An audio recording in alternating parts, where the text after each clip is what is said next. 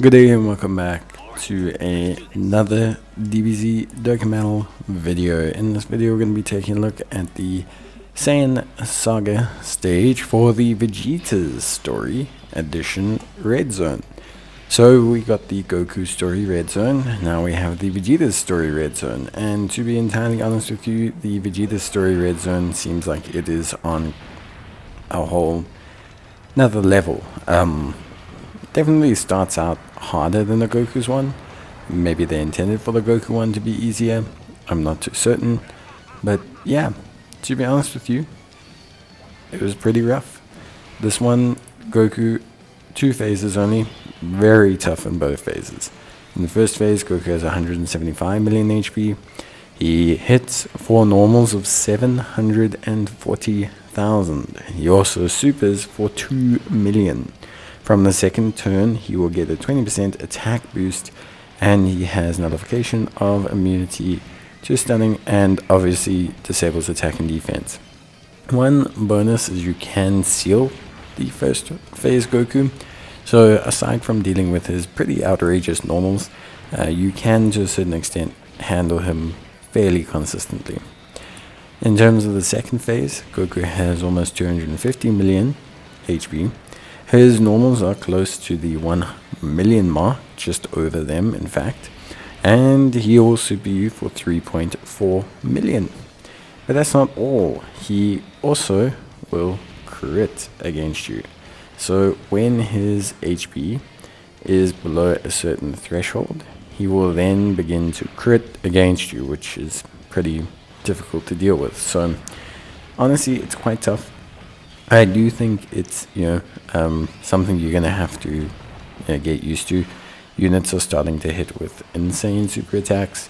It's that power creep around 10th anniversary. They are going to have a lot of units on ice in these kind of events. They're pushing you to summon on those 3 initial units that come out. So it is going to be quite tough, especially if you're a new player. Don't panic. That's the whole point of these events. It sounds really scummy to say, but it is exactly why they exist. So 3.6 mil, or 3.4 million I should say. His defense does go down with each turn passed, which is great. Does help with doing more damage to him. And obviously he's immune to stunning, attack and defense lowering, sealing, etc, etc. All in all, this fight is tough. Like I said, Goku is pretty rough to deal with. Like on a scale of 1 to 10, he's pretty tough.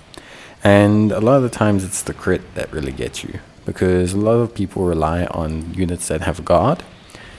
Very, very fine to rely on units that have guard.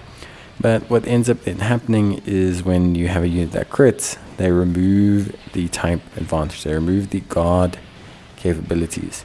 So what happens is now you're relying just entirely on damage reduction. So units that have incredibly high damage reduction will be fine, but units that rely on guard, they're going to struggle.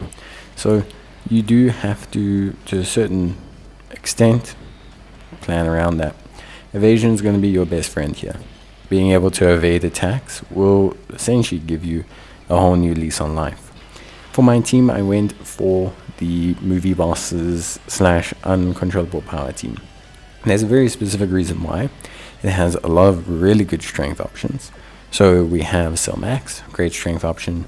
We also have the strength Super Saiyan or Legendary Super Saiyan Broly, also a fantastic option. We also have some really high damage reduction units. So we have the Int Broly, we have the Tech Broly. We have a lot of mechanics that really come together and work really well here. Janemba is great. Obviously he can build his defense up quite a lot, but he also has that evasion. Boo is also great, healing and the evasion and the interrupt, which is very important. So you tend to get through okay. This team honestly handles the event quite fine. It's one of the teams that's really strong in the game. Double Int Broly gives you double revive. You have double durations of the active skill, giving you obviously that really big great debuff to Goku's damage and also increasing your damage against him. You can see here that it doesn't protect you from getting absolutely slaughtered, but like I said, we have the revive. So we can strategically use that when we need to take out Goku. Obviously, I used the sport memory. I didn't use any items in this run, although I probably would have used a Whis to play it safe. Um, Definitely you can. I think the biggest part that you'll struggle with is once those active skills run out and the damage reduction and everything kind of dissipates, you can tend to take quite a bit of damage.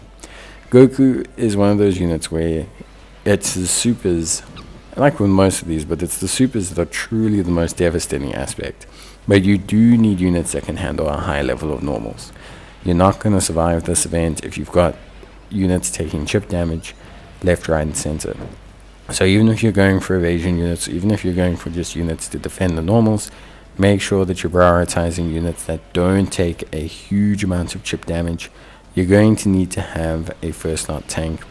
Goku, fortunately, has quite a long cooldown on his super, so it's not impossible to deal with, but it is quite challenging, I would say, to get through this. It's tough. I do find it harder than the Vegeta'S, the Goku's family red zone, I think.